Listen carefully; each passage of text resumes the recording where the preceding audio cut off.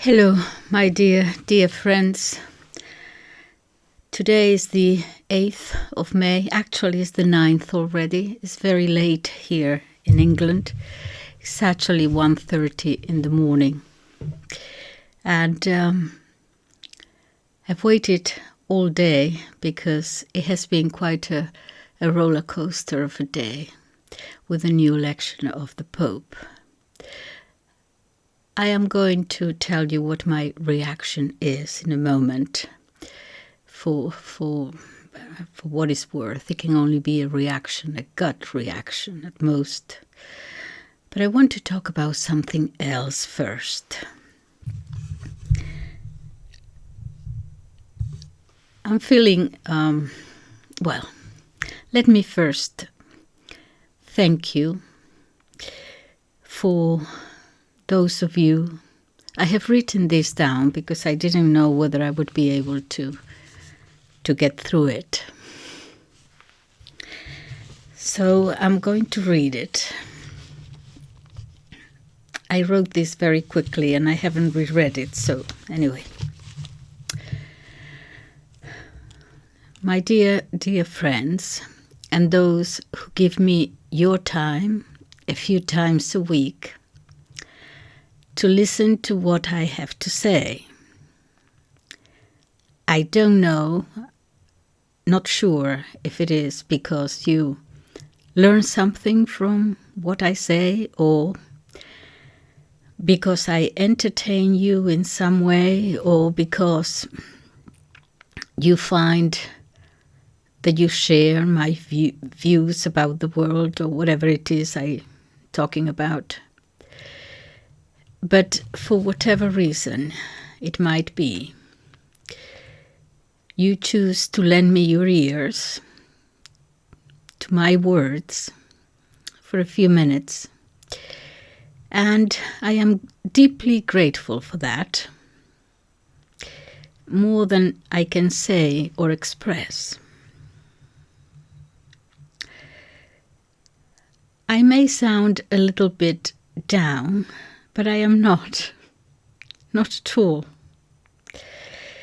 Is that sometimes one cries out of sadness and sometimes one cries out of sheer joy and sometimes one cries simply because we are deeply moved about something.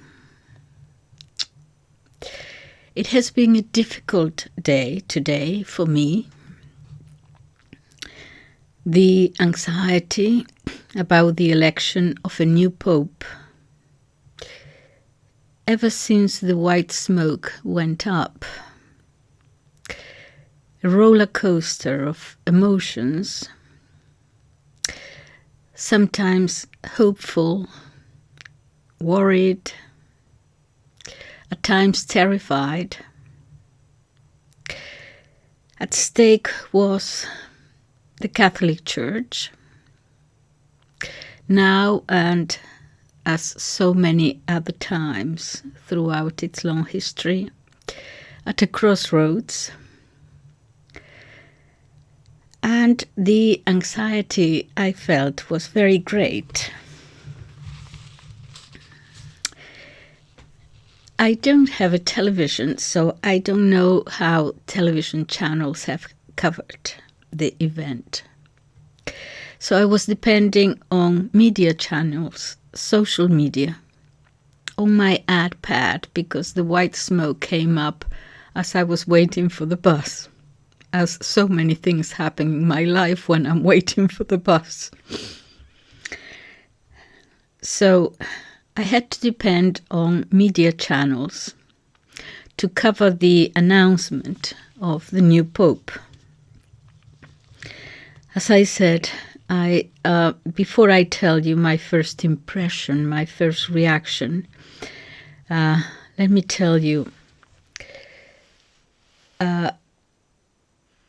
what did I say here? For at the moment, that is all I have about the new Pope, Leo XIV.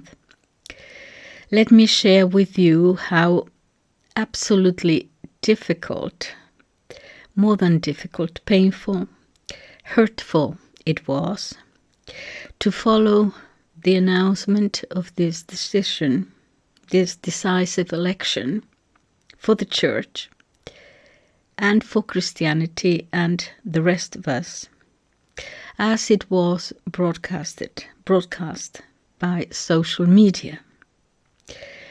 Painful, I said, because I didn't find one single channel with the necessary silence, not silence, perhaps reverence, that the event required. Perhaps you were luckier than I was to tune in to some channel who approached this long wait of almost an hour from the time that the white smoke went up to the time, I think it was more than an hour, the time that the new Pope came out to the balcony.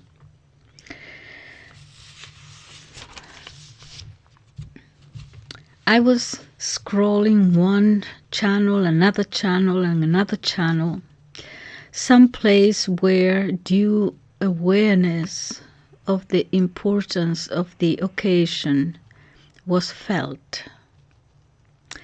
I couldn't find one. First, showing the crowds while the crowds were waiting. Inane interviews like, so are you happy? So who is your favorite? That kind of thing. And the crowds there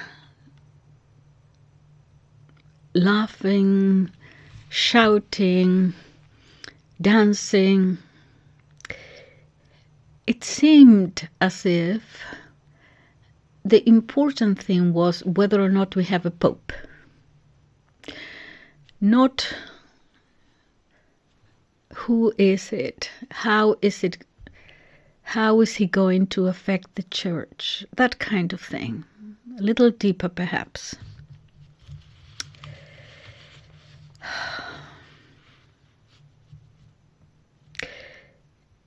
It was very difficult to listen to it.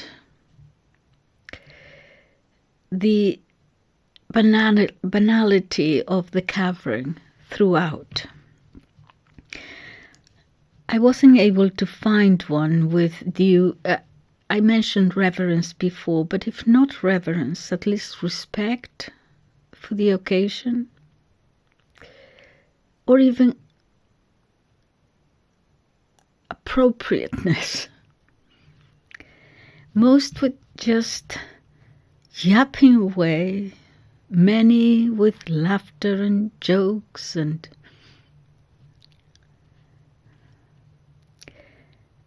for me this was not a time for jokes or for banality. There was so much at stake. Even a channel that I normally follow, well, not normally, I watch it from time to time, and it's called, here in England, it's called Catholic Unscripted. And I watch it often, I suppose, because of Dr. Gavin Ashenden. A man of deep spirituality. I always learn something from him, or at least after I listen to him, my mind starts thinking about what he has said. So he inspires me in a way. So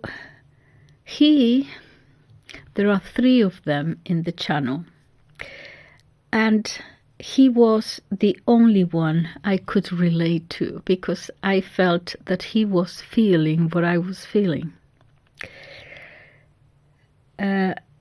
This sense of, on the one side, hope, on the other side, anxiety, worry, The other two were just yapping away. And when the Pope finally came out, before he started speaking, a time when he was silent himself, and he seemed to be deeply moved himself also. He seemed at one point that he was on the verge of tears. That was not a time for anybody to keep on yapping. Oh, yeah, what do you think? Yes, I think. And I was saying, please, silence, just be quiet. Let us take it all in. Let us experience this moment in silence. Please, just for a few seconds. Silence. Just wait. The camera, as I said, focused on the Pope before he started speaking. He was looking at the crowds, also perhaps a few seconds to taking it all in himself. And all that one of the commentators managed to say at that time, when the Pope was clearly moved, perhaps even restraining a tear or two, all that one of these commentators managed to come up with was, wow, he looks as if he's about to wet himself.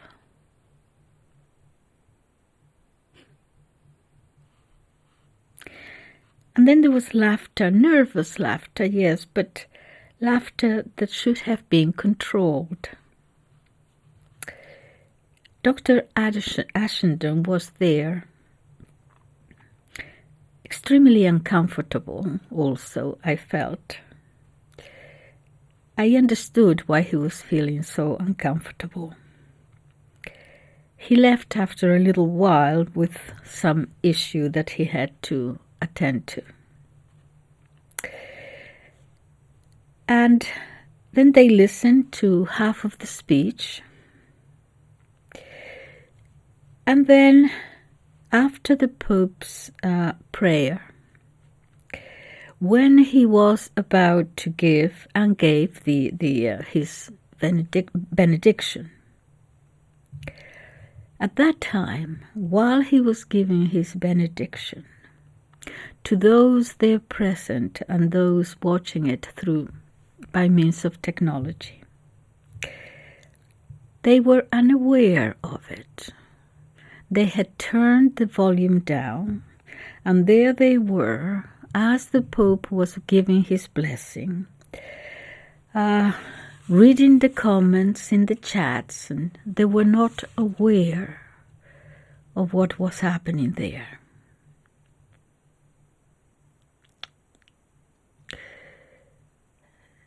Unforgivable for a broadcast. Dear Dr. Gavin Ashenden, I don't know you, but I know exactly how you felt. I was feeling the same. I guess that had you and I been together at that time in one room, in the same room, we would both have reacted in the same way. You would go to one corner and I would go to the other corner. Or no, perhaps we would just go to different rooms and be alone there by ourselves, taking it all in silence, taking in every moment with reverence or respect or propriety. Because you need to be alone at that time. Later in the evening, after the event, what happened was that I didn't watch that channel, Catholic Unscripted, as in real time. At that time, I was scrolling like mad through channels to see who would have some sort of respect, be aware of the occasion. And I couldn't find one, so I just had to watch it with all these people talking.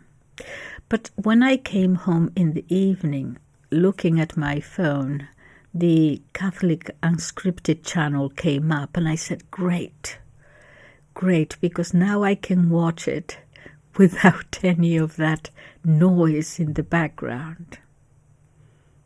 And I watched it, and it was just as bad or worse.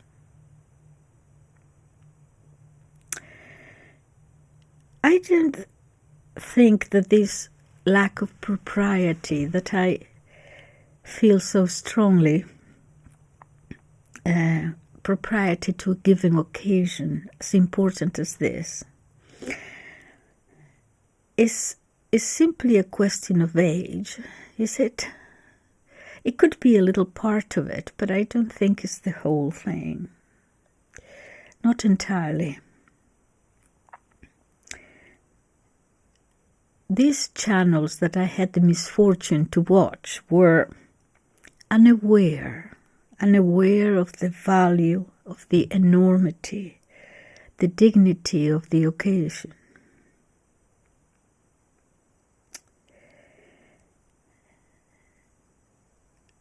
Anyway, okay, so to the new Pope,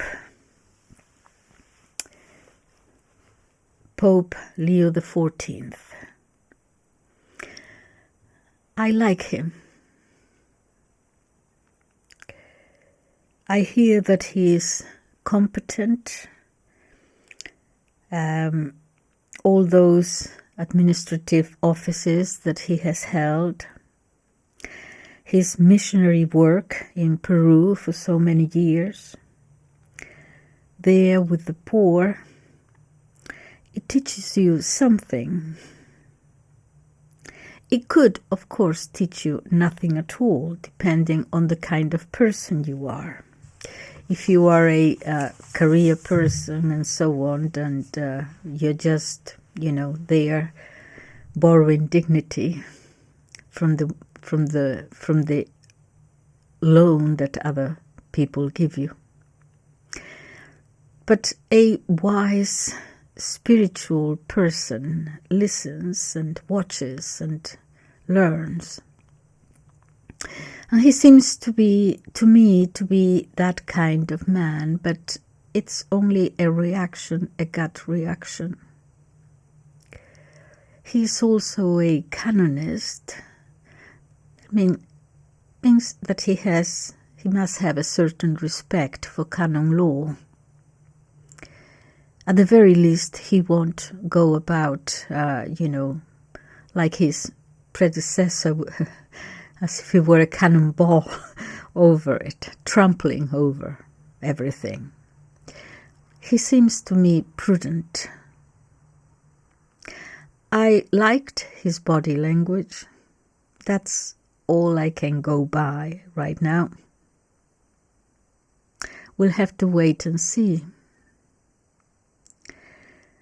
We'll have to wait and see where that prudence is that I see in him is prudence as a natural virtue, or prudence in the worldly understanding of the word as a political skill or diplomacy. I hope is the former, but I would hope he could have both.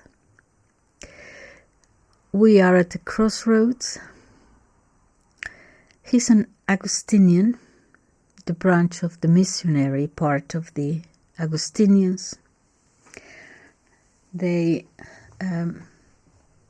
place a lot of importance on spirituality, but that doesn't mean very much. Martin Luther was an Augustinian too. and he divided Christianity with a machete. But an Augustinian was also St. Augustine himself. Moved eventually away from his the terrible life that he tells us he was leading, moved at first by his mother's tears.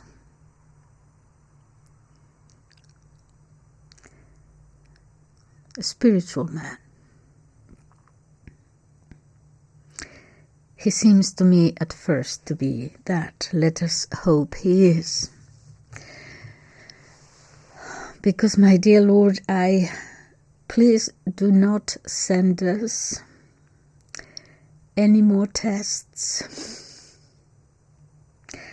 I may not be strong enough to bear them.